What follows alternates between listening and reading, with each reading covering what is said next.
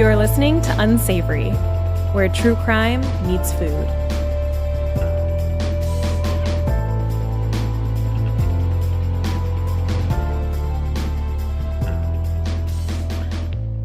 Welcome, everyone. I'm Becca. And I'm Sarah, and you're listening to Unsavory. Today, we're going to cover one of the most notorious nutrition-related multi-level marketing companies and how it's harmed at least 1.55 million of its distributors, either financially or physically, and in one instance, how the products have resulted in death. And we're talking about Herbalife today. Oh my goodness. This is such a beast of a topic. I'm so excited.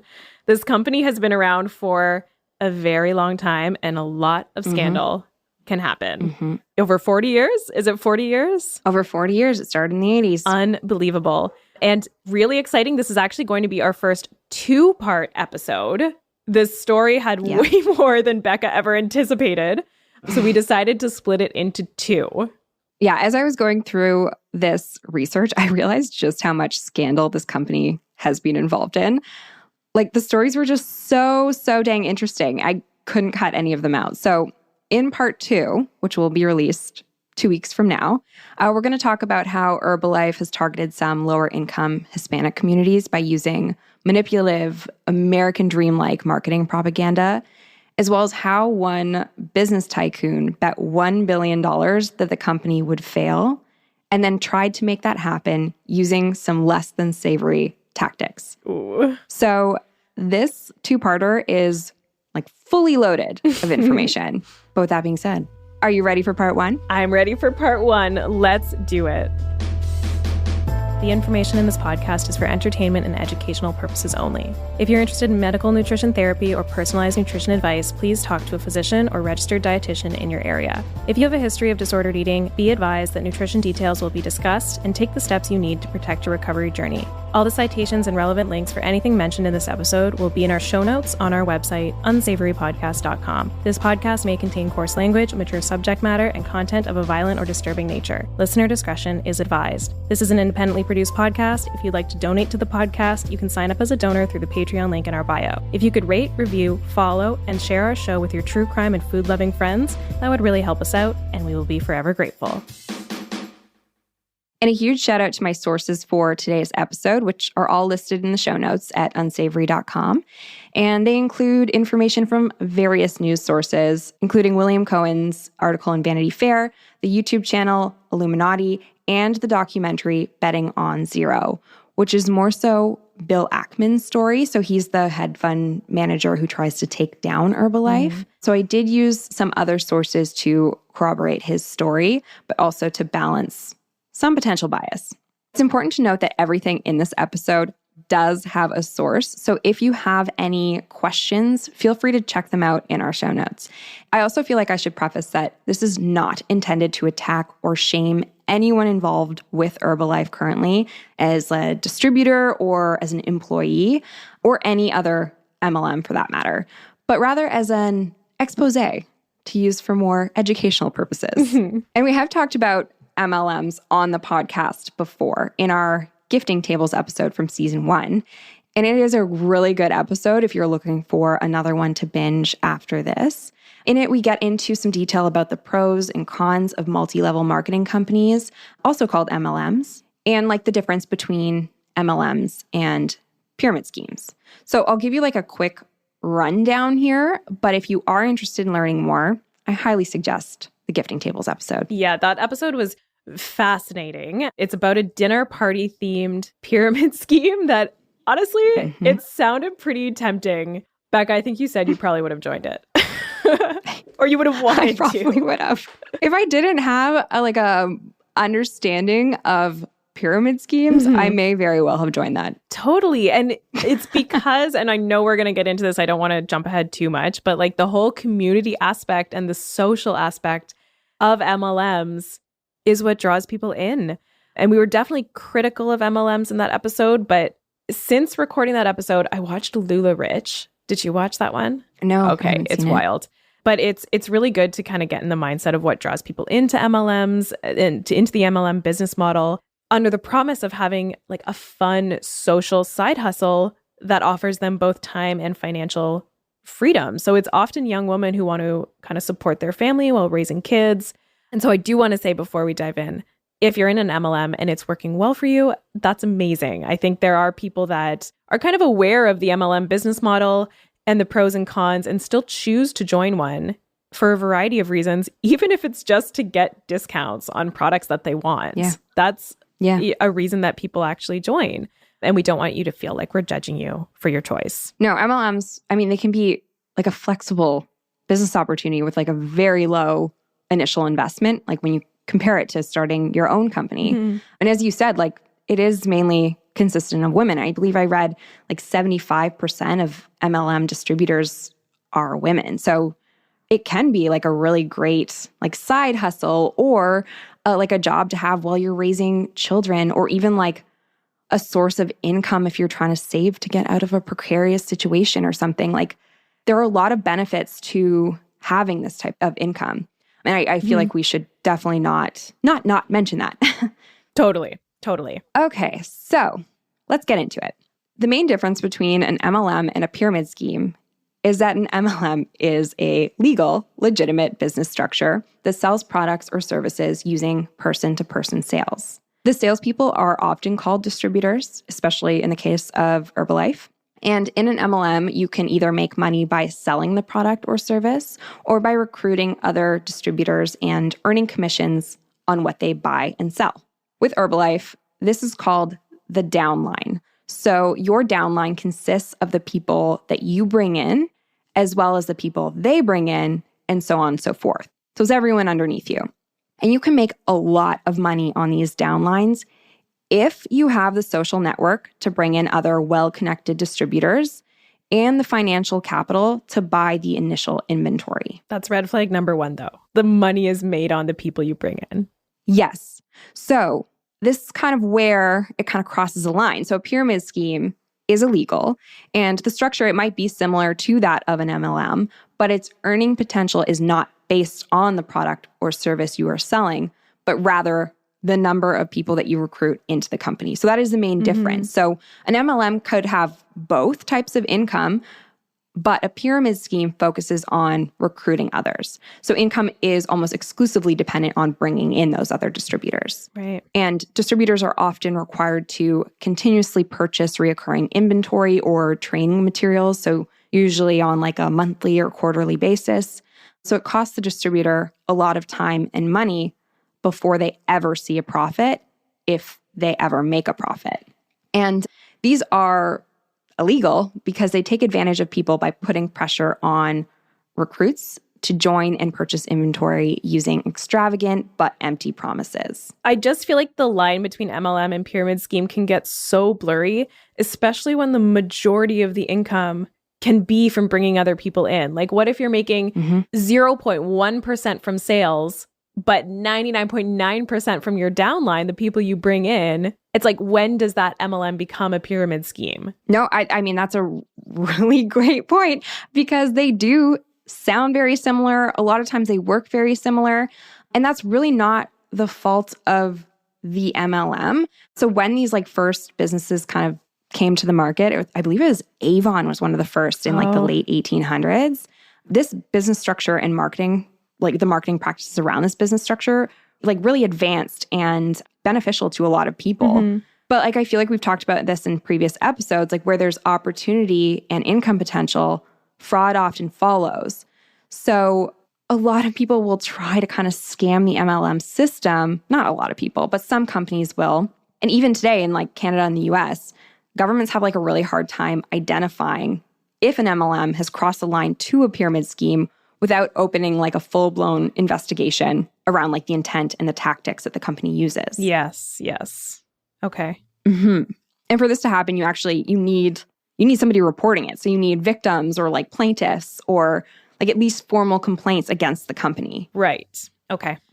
Yeah. And that might be really hard to get, especially like people might not be willing to come forward, especially if they've brought in family members in, if they've, been the person who's convinced other people to join. And now they're realizing, oh my goodness, I've really trapped myself, not only myself, but people I love into this MLM. And yeah, so it might not be so easy to get people to come forward. No, it's a huge part of it. Because first, you have to realize that you have been scammed. Yes. And a lot of people, if they fail in a business opportunity, will take that as a personal failure rather than evaluate the system that set them up to fail. I just need to try harder. I need to sell more. Exactly. And they might be getting those messages from the top too. Exactly. So there's that, but then there's also potential shame or embarrassment in not having succeeded or in having bringing other people in. So it's a whole thing. And on that note, let's talk about Herbalife. So Herbalife was founded by Mark Reynolds Hughes, who was born in 1956 in La Mirada, California, to his parents Stuart Hartman and Joanne Hughes. Stuart and Joanne divorced in 1970, and Mark was sent to live with his mother full-time. Mark later claimed that his mother suffered from some mental health issues, as well as a pretty intense obsession with dieting and weight loss drugs.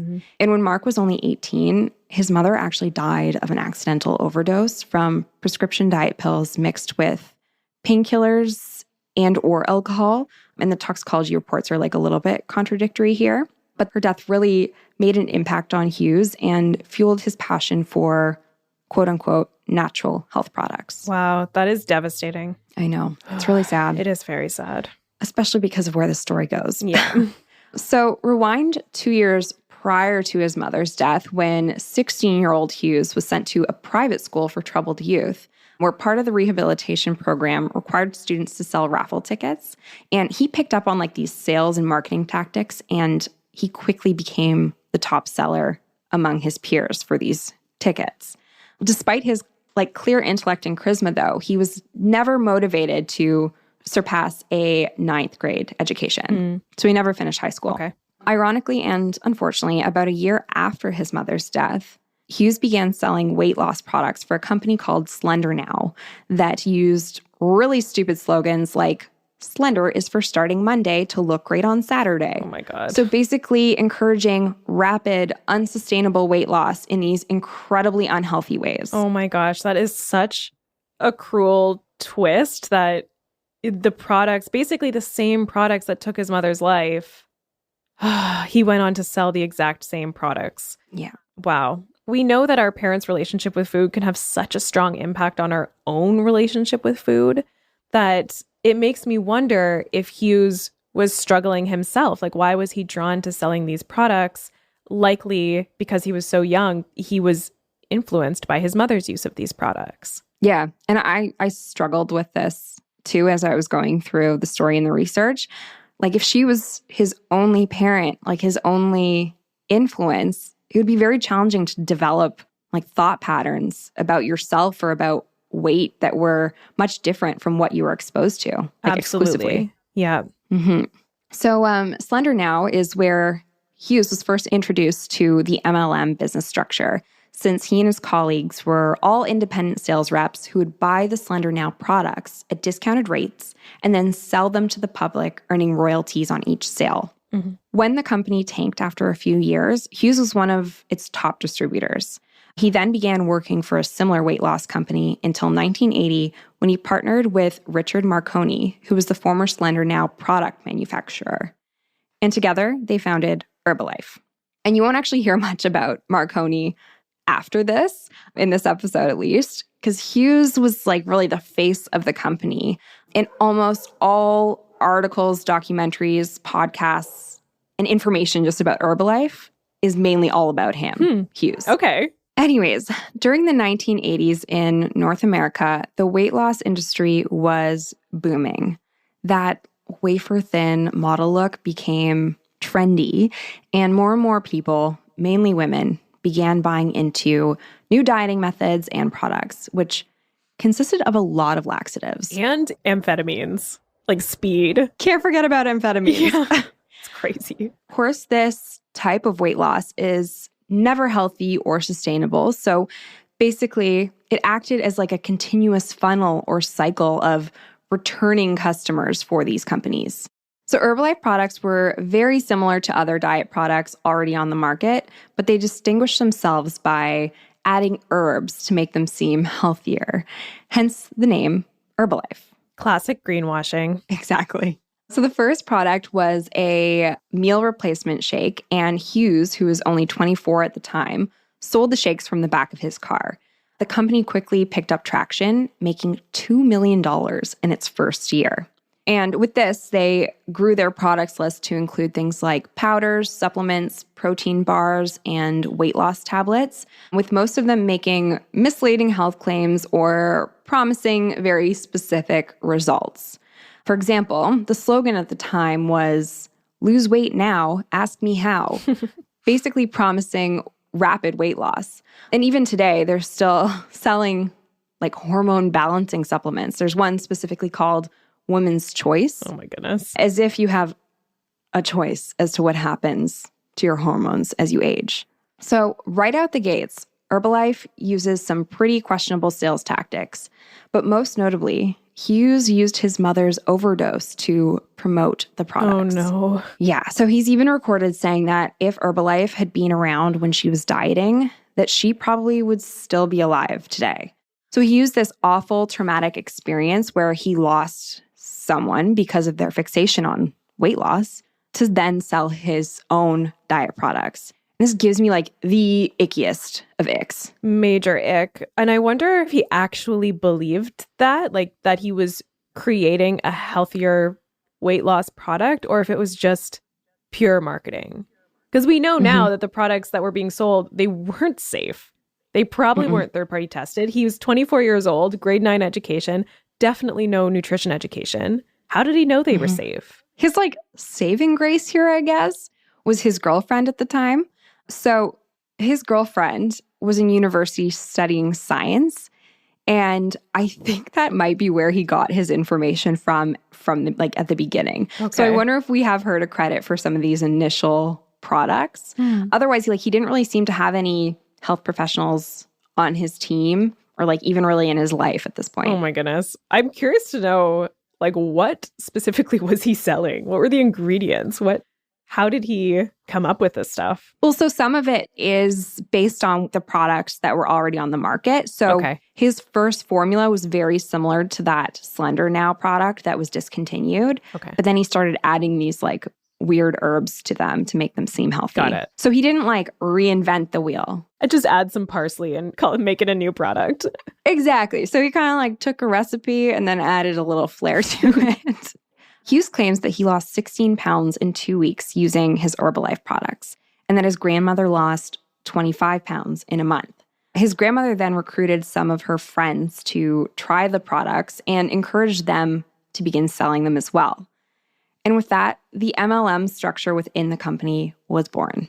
This allowed for Herbalife's products to like really expand and to expand quite quickly across global markets. So within that first decade, the company was already in 10 different countries. Oh my gosh. And at present, they're in 94 countries, which is a lot. Oh, wow. So Herbalife products were only ever available through Herbalife distributors. So you couldn't hypothetically pick them up at like a health food store. You either needed to know someone who was selling them, or you needed to be selling them yourself. In fact, many Herbalife customers would become distributors because they were given a 25% discount on the products. And from the beginning, like these products were not cheap. So in the 80s, the basic weight loss program was about $30 a month, which in today's money is about $100 a month. Oh, yeah. And this doesn't include any of the additional like supplements or add-on products. This was just like the basic weight loss package. That is pretty expensive. Yeah. $100 a month. Wow. So some people would join for these discounts because then it's only, $75 a month? But an even larger number of people would join for the income, or at least the income potential that they were promised.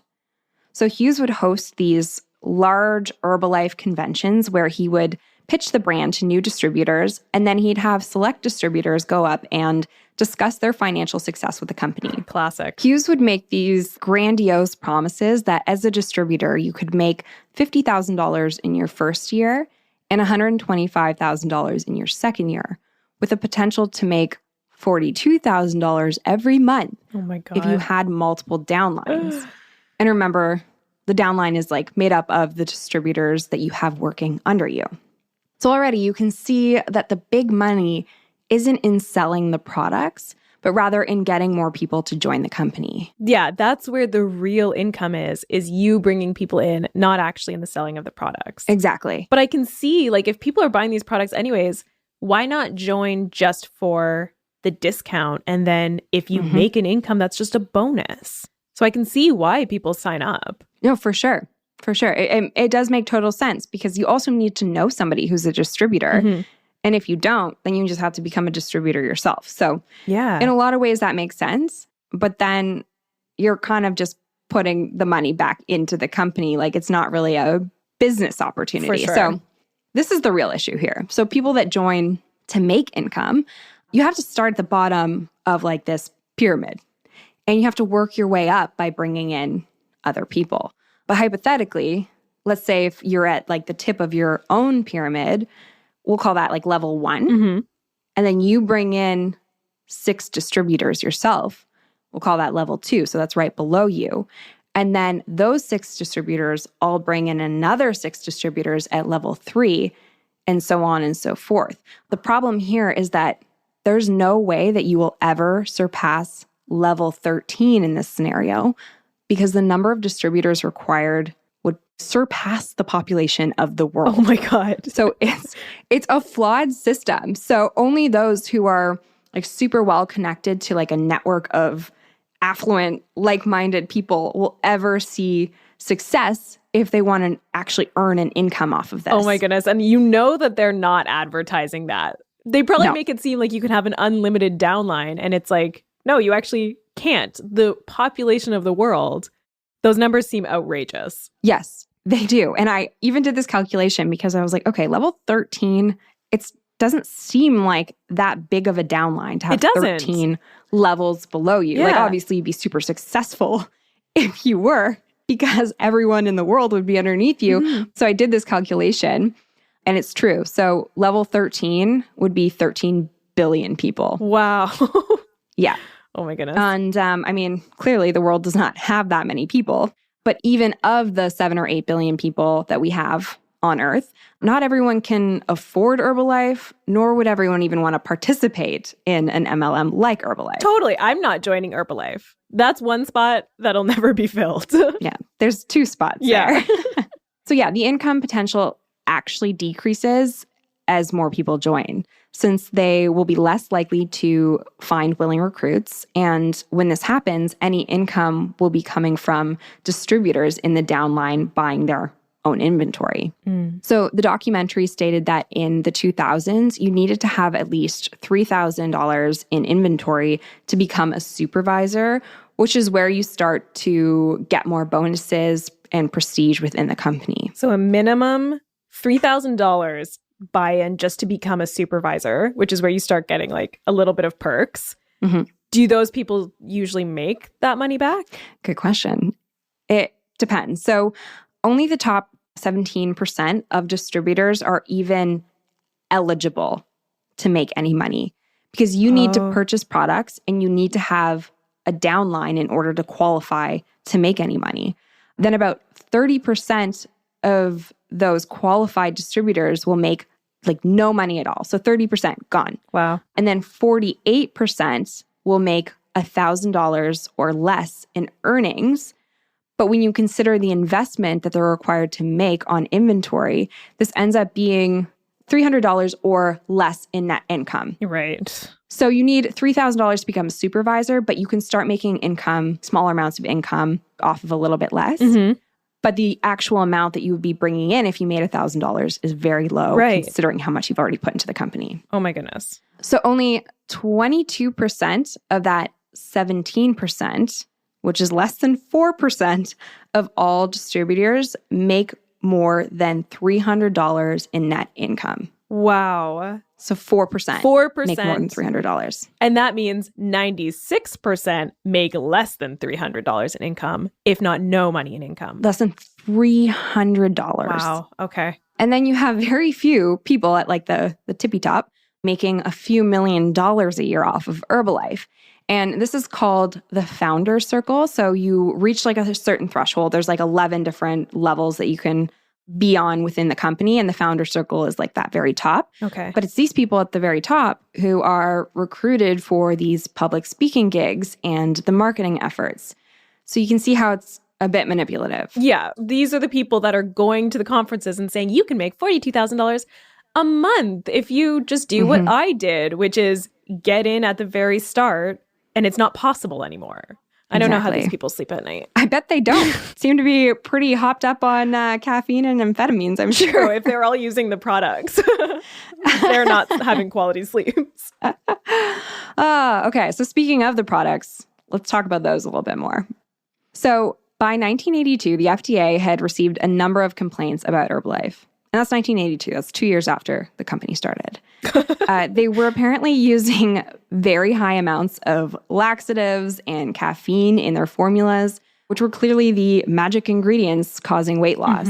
But this also led to a number of digestive issues among consumers. Shocking. So Herbalife had previously stated that about 25% of users would experience adverse reactions from the products, including things like nausea, diarrhea, headaches, and heart palpitations.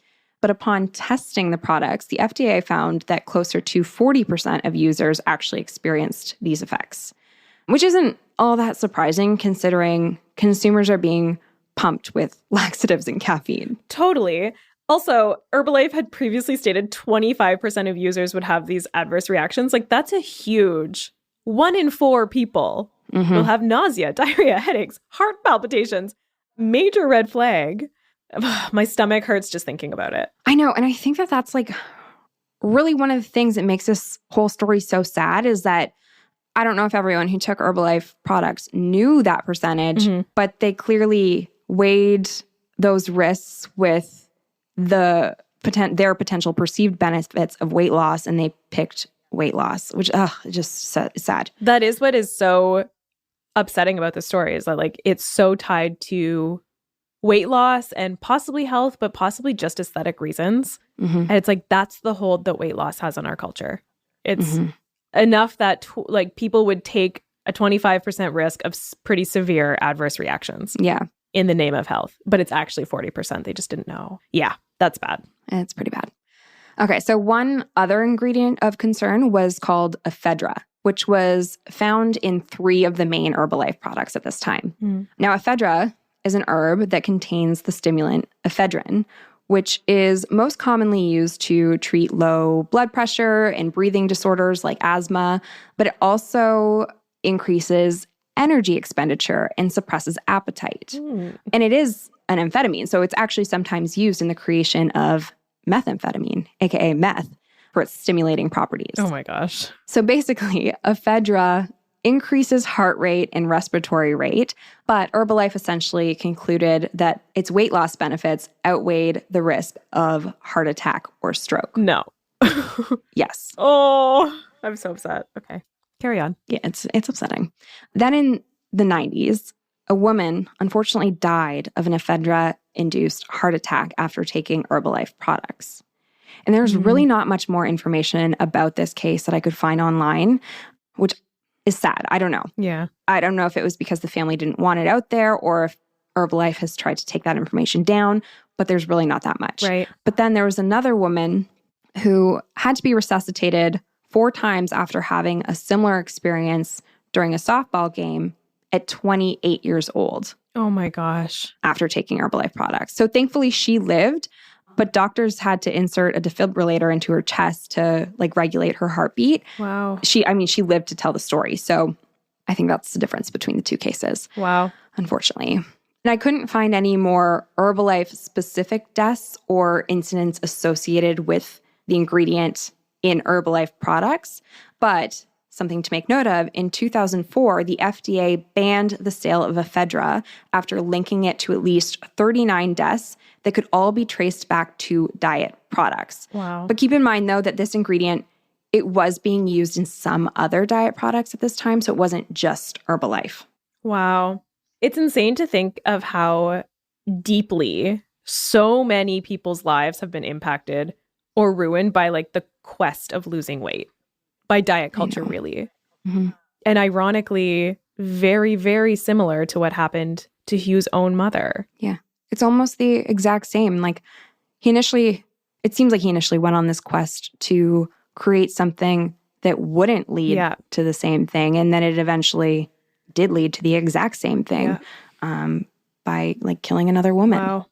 That's terrible. Yeah.